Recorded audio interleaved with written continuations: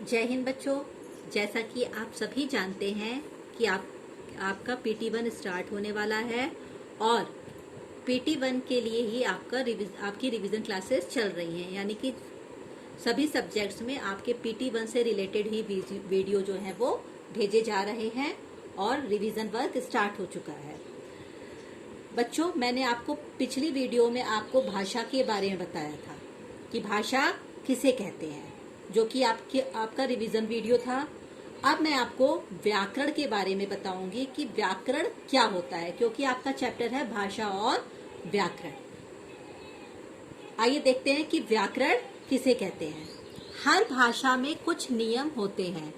इन्हीं नियमों को ध्यान में रखकर हम उस भाषा के शुद्ध तथा अशुद्ध रूपों को निर्धारित करते हैं, यानी कि हर एक लैंग्वेज में कोई ना कोई रूल जरूर होते हैं और उस रूल्स को ही फॉलो करके हम उस लैंग्वेज को क्या शुद्ध है और क्या अशुद्ध है उसके रूपों का निर्धारण करते हैं।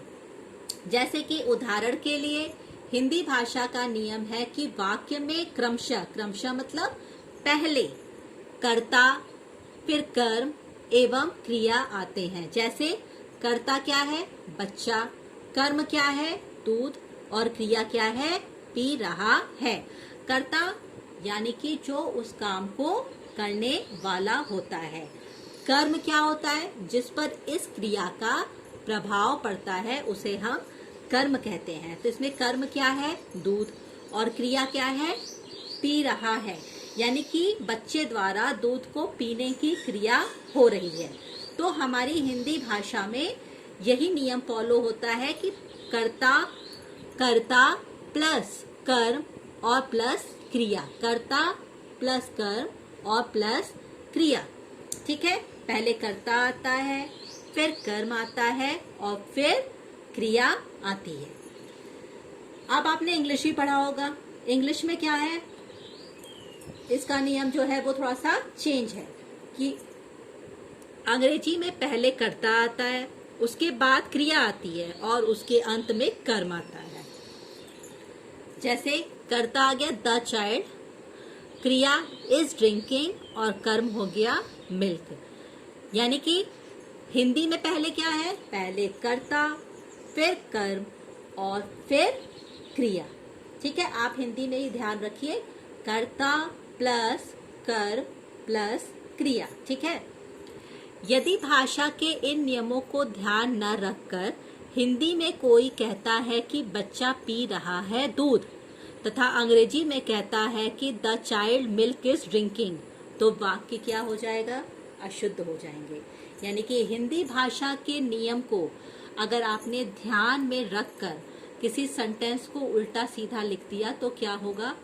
वो जो है वाक्य, वो सेंटेंस शुद्ध नहीं होगा बल्कि अशुद्ध हो जाएगा। जैसे कि इसमें क्या है? बच्चा पी रहा है दूध, यानी कि इंग्लिश की तरह हमने कर दिया कि बच्चा क्या हो गया? कर्ता, फिर आ गया क्रिया और फिर हो गया कर्म। तो बच्चा पी रहा है दूध, तो ये क्या है? ये सेंटेंस बिल्कुल ही गलत है।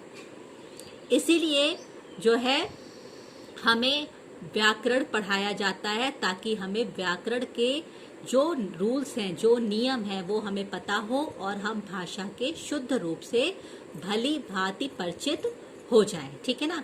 इस प्रकार प्रत्येक भाषा में अनेक नियमों की ऐसी व्यवस्था होती है जिसके आधार पर उस भाषा का शुद्ध रूप तय किया जाता है।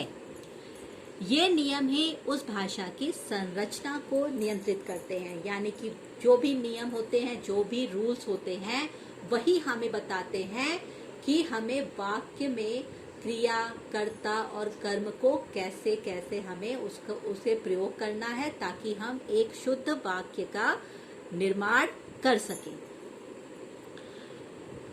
भाषा के ये नियम शब्द, पद, पदबंध, वाक्य आदि सभी स्तरों पर कार्य करते हैं। यानी कि भाषा का जो भी नियम होता है वो किसी शब्द पर, पद पर, पदबंध पर या फिर वाक्य जो भी हम लिखते हैं उसी पर वो वैसे ही नियम चलते हैं। भाषा सिखाते समय इन्हीं नियमों की जानकारी शिक्षार्थियों को दी जाती है। तो जो भी रूल्स हैं, भाषा सिखाते समय जो भी नियम है उसकी जानकारी हम जो है वो जो है शिक्षार्थियों को, यानी कि भाषा सिखाते समय जो भी नियम है उसकी जानकारी जो है व्याकरण के अंतर्गत विद्यार्थियों को दी जाती है। अब इसके बाद देखिए, फिर है भाषा के, अब है आपकी व्याकरण की परिभाषा। तो भाषा के नियमों का अध्ययन जिस शास्त्र के अंतर्गत किया जाता है उस शास्त्र को व्याकरण कहते हैं। भाषा के जो भी रूल्स हैं उसके बारे में हम जहां पर भी पढ़ते हैं, जिस शास्त्र में पढ़ते हैं, उस शास्त्र को जो है हम व्याकरण कहते हैं। दूसरी बात में हम ये कह सकते हैं कि व्याकरण जो है वह शास्त्र है जिसके नियमों के द्वारा हम शुद्ध बोलना, लिखना तथा पढ़ना सीखते हैं। अर्थात व्याकरण जो है वो भाषा के शुद्ध रूप का ज्ञान कराती है। ठीक है। व्याकरण हमें एक और नियमों की जानकारी देता है, तो दूसरी ओर यह भी बताता है कि नियमों के आधार पर किसी भाषा के वाक्यों का सही प्रयोग कैसे किया जाए। यानी कि समझ में आई बात कि व्याकरण जहां हमें नियमों के बारे में बताता है, जो रूल्स होते हैं हिंदी में लिखने के लिए या इंग्लिश में, किसी भी लैंग्वेज में जो लिखने के लिए जो रूल्स होते हैं, और उन रूल्स को भाषा के वाक्यों में, यानी उन रूल्स को किसी भी लैंग्वेज में जब सेंटेंस बनाते हैं तो हम उसे कैसे प्रयोग कर सकते हैं, ये हमें व्याकरण द्वारा ही पता चलता है। अब हो गया व्याकरण के अंतर्गत नियमों का अध्ययन प्रमुख रूप से 3 शीर्षकों के अंतर्गत किया जा सकता है, या आप ये कह सकते हो कि व्याकरण के 3 अंग होते हैं। 3 अंग होते हैं, व्याकरण के 3 अंग होते हैं: वर्ण विचार, शब्द विचार और वाक्य विचार। ठीक है। वर्ण विचार जहां पर जो है भाषा के इस अंग के अंतर्गत हम वर्णों पर विचार करते हैं। वर्ण आपको पता ही है, मैंने पढ़ाया था वर्ण क्या होते हैं, क ख ग घ, ये सारे क्या हैं आपके वर्ण विचार। तो इसमें जो है क्या नाम है, वर्णों के मौखिक व लिखित रूप पर विचार किया जाता है। दूसरा है इसका शब्द विचार, या फिर आप शब्द विचार कह लीजिए, या फिर पद विचार। तो इसमें शब्दों के भेद, ठीक है, उसकी उत्पत्ति कहाँ से हुई और रचना आदि पर विचार किया जाता है। जैसा कि मैंने आपको शब्द भेद पढ़ा चुकी हूँ, जिसमें तत्सम, तद्भव, रूढ़, यौगिक, ये सारे शब्द आते हैं। उसके बाद है वाक्य विचार। थर्ड आपका क्या है, वाक्य विचार। इसमें वाक्य के अंग, उसकी रचना, विराम चिन्ह आदि पर विचार किया जाता है। वाक्य विचार आपको बाद में पढ़ाया जाएगा, अभी तो आपने वर्ण विचार भी पढ़ लिया है और शब्द विचार भी पढ़ लिया है। सिर्फ वाक्य विचार जो है इसके बारे में आपको बाद में जानकारी दी जाएगी। तो अब आइए, अब हम देखते हैं कि व्याकरण से क्या लाभ है। किसी भाषा का पूर्ण ज्ञान होने के लिए उसका व्याकरण जानना भी आवश्यक है। यानी कि हमें किसी लैंग्वेज की जानकारी, किसी लैंग्वेज की नॉलेज तब तक नहीं हो सकती जब तक कि हम उसके व्याकरण के बारे में नहीं जानेंगे कि उसके रूल्स क्या हैं। जब तक हम उसके रूल्स को फॉलो नहीं करेंगे तब तक हमें उस लैंग्वेज की जानकारी नहीं होगी। जानकारी अगर हो भी जाए आपको, तो आप शुद्ध रूप से बोलना और शुद्ध रूप से लिखना नहीं सीख सकते। दूसरा, व्याकरण भाषा की व्यवस्था को बनाए रखने का काम करता है। यानी कि भाषा की व्यवस्था कैसी होनी चाहिए, कौन सा शब्द या कौन सा वाक्य कैसे कैसे प्रयोग होना चाहिए, ये सब कुछ बनाए रखने का काम किसका है, व्याकरण का है। प्रत्येक भाषा के अपने नियम होते हैं।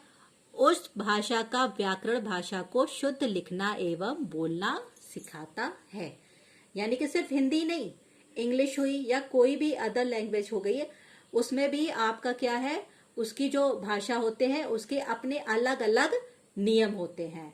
और उस भाषा का जो व्याकरण है वो क्या करता है, भाषा को शुद्ध रूप से लिखना एवं बोलना सिखाता है। यानी हमने अगर उस भाषा के व्याकरण को समझ लिया तो हमें उस भाषा को शुद्ध रूप से लिखना एवं बोलना भी आ जाएगा। आइए अब मैं व्याकरण की इंपॉर्टेंस बताती हूँ। इसमें इन 5 पंक्तियों में मैं आपको व्याकरण की इंपॉर्टेंस समझाती हूँ।